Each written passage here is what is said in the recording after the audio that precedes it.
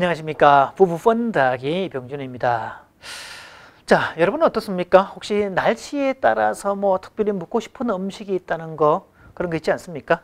그래서 비가 오는 날이면 찌짐이 먹고 싶다 뭐 이런 이야기 하는 분들이 더 많죠.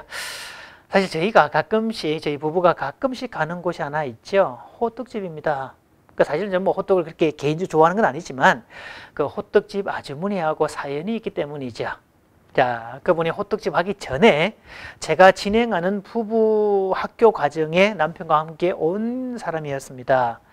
그때만 해도 그분은요, 정말 남편에 대해서 도끼를 품고 있었고, 그래서 내가 때만 되면, 기회만 되면 이혼하고 말리라. 이것을 입버릇처럼 말하던 분이었습니다. 차마 아이들이 한창 학교에 다니고 있으니까 지금은 못하겠고, 막내가 대학만 들어가고 나면, 요즘에 그거를 막내 자녀 대학 입학 기념 이혼이라고 말하지 않습니까? 혹은 자녀 결혼식 기념 부모 이혼 이런 말들도 쓰고 있죠. 자, 그러면서 이번에 이제 부부학교 쭉 참석을 하게 됐는데요. 최근에 이런 고백을 합니다. 이제 나이 50을 넘기고 보니까, 이제 50을 넘기고 보니까 내가 그때 이혼하지 않은 게 얼마나 잘한 일인지 요즘에는 정말 스스로를 칭찬해 주게 됩니다. 친구들 중에는 그때 한창 막 이혼을 시행했던 친구들도 있었고, 그때만 해도 모이기만 모이면 우리 같은 남편 버리자, 이혼하자 뭐 이런 것들이 하나의 뭐 풍조처럼 됐던 시대였는데, 오히려 그때는요, 이혼을 안 하고 있는 본인이 욕을 먹기도 했더랍니다. 그런데 쉰을 넘기고 보니까 안 한 게 정말 현명한 결정이었다라는 생각을 하죠. 그러면서 그때 나를 도와주셔서 참 감사합니다 라고 얘기를 하지요. 그래서 두 분을 만나지 못했으면 어떻게 했을까 그런 생각이 들더랍니다.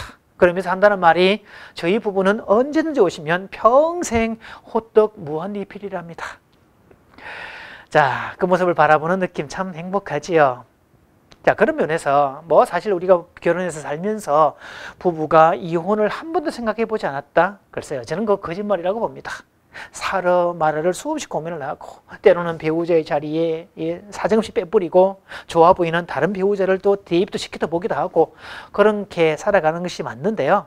사실 저희 부부도 결혼하고 정말 생기는 그 말도 안 되는 현상들, 뭐 이성으로서는 도저히 판단 안 되는 그런 것들을 겪으면서 우리가 결혼에 관해서 너무 모르는 거 아닐까, 그런 생각을 하게 되었습니다. 물론 그게 이 공부를 하게 된 동기가 되어서 지금은 이제 상담 심리로 이제 박사까지 받아서 다른 분들 도와주는 관계가 되었지만, 그때는 주관적으로 정말 힘들었어요. 또 아내도 이제 그 과정에서 공부를 같이 했고 그런 것들인데, 자, 가끔씩 묻는 사람들이 있습니다. 뭐 두 분은 안 싸우십니까? 라고. 두 분은 뭐 갈등 없습니까? 그 말에 우리는 이렇게 대답을 합니다. 뭐 저희도 당연히 갈등이 있습니다. 다만 다른 부부하고 다른 점은 예측 가능, 대책 가능, 해결 가능이라고 얘기를 하지요. 그게 차이점이 있습니다.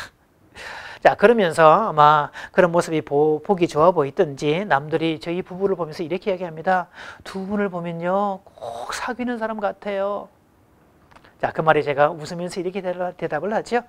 우리는 사귀는 게 아니라 삭힙니다. 그 덕분에 아주 박장대소를 하게 되는데요. 사실 이 삭힌다는 말에는 결혼에 엄청난 비밀이 들어 있습니다. 왜? 결혼이란 삭히는 게 맞습니다.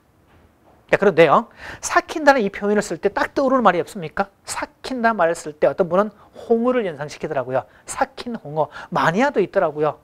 가끔씩 전라도 쪽에 강의를 가면 그걸 이제 강사라고 대접을 해줄 때 그거 섣불리 먹었다가 된통 고생한 적이 있습니다. 못 모르고 그냥 삼켰다가 막 눈물 콧물을 쏙 뺐던 기억들이 나요. 그러면서 도대체 이걸 누가 먹을까? 라고 봤더니 앵걸요, 그 집에는 마니아들이 있어서 많이 삭힐수록 좋아한다는, 우리가 냄새만 맡아도 그냥 기겁할 만한 그것들을 억지로 찾는 분들까지 있는 것을 보게 됩니다. 그래서 그 잘 삭힌 것, 그것들인데요.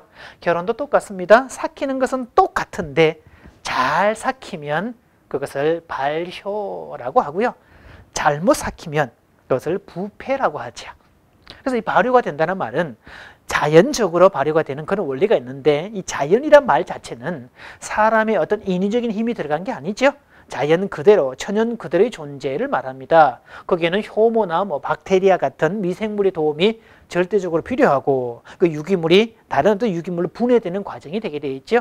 그래서 술이나 간장, 뭐 초, 김장김치 이런 것들 전부 다 발효에 해당이 되지요. 자, 그러면 그런 음식들이 발효의 과정을 거치고 나면 그때 맛은 이전과 전혀 다른 맛이 되지. 혹시 여러분 주변에 겉절이를 가지고 김치찌개를 하시는 분 있습니까? 아마 없죠? 김치찌개는 뭐니 해도 묵은지가 제격이 있죠. 그래서 저희 아내가 가끔 하는 고등어 묵은지는요, 아이를 그렇게 좋아하는데 요리할 게 없습니다. 그냥 묵은지 깔고 고등어만 집어넣으면 요리 끝입니다. 그것처럼 잘 삭힌 것들은 깊은 맛을 낸다는 거지요.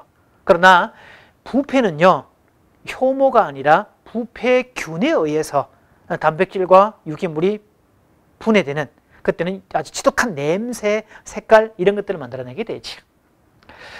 자, 그래서 결혼이란 삭히는 과정인데 그런 부분에서 특히 젊은 부부들은요, 잘 삭히기 위해서 일정 기간 동안 버티는 것이 그렇게 중요합니다. 어릴 때 청국장을 삭힐 때 비지를 띄울 때 우리 어머니는 항상 하시는 말씀이 있죠. 절대로 입을 열지 마라. 그러면서 아랫목을 따끈따끈하게 해놓고 그러면 쿰쿰한 냄새가 나게 되는데요. 자, 그 과정이 지나고 나면 다 열어보시면서 이제 청국장 같은 경우는 하얗게 실이 나올 때 잘 삭았다, 잘 익었다 그런 표현을 쓰게 되죠.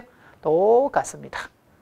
제가 상담을 해보면서 많은 부부들이 관계에서 깊은 맛을 원하면서도 쓰는 방식은 발효가 아니라 부패되는 방식만 고집하고 있다는 거죠. 그건 정말 어리석은 일 아니겠습니까? 발효가 되려면 발효되는 과정을 사용해야지 부패되는 과정을 사용하시면 그건 정말 어리석은 일들이죠. 자, 거기에는 비법이 있고 방법이 있다는 사실을, 적절한 온도가 있고 기간이 있고 타이밍이 있다는 것을, 그래서 결혼에 필요한 모든 것들을 전문가를 통해서, 책을 통해서, 주변의 선배들을 통해서 쭉 배우시면서 또한 찐득하게 버티다 보면, 그래서 단 단위에서 10단위 이상 넘어서게 되면 서서히 아하, 결혼관계 행복이란 이런 거구나 라고 깊은 맛을 보게 될 겁니다. 자, 그런 면에서 결혼차가 올라가는 부분에 대해서 여러분 걱정할 필요가 없고요. 도리어 기뻐하시고 기대하셔도 좋을 것 같습니다. 결혼은 삭히는 것이라는 것, 그래서 자연 발효를 한다는 것 꼭 기억하시기 바랍니다. 감사합니다.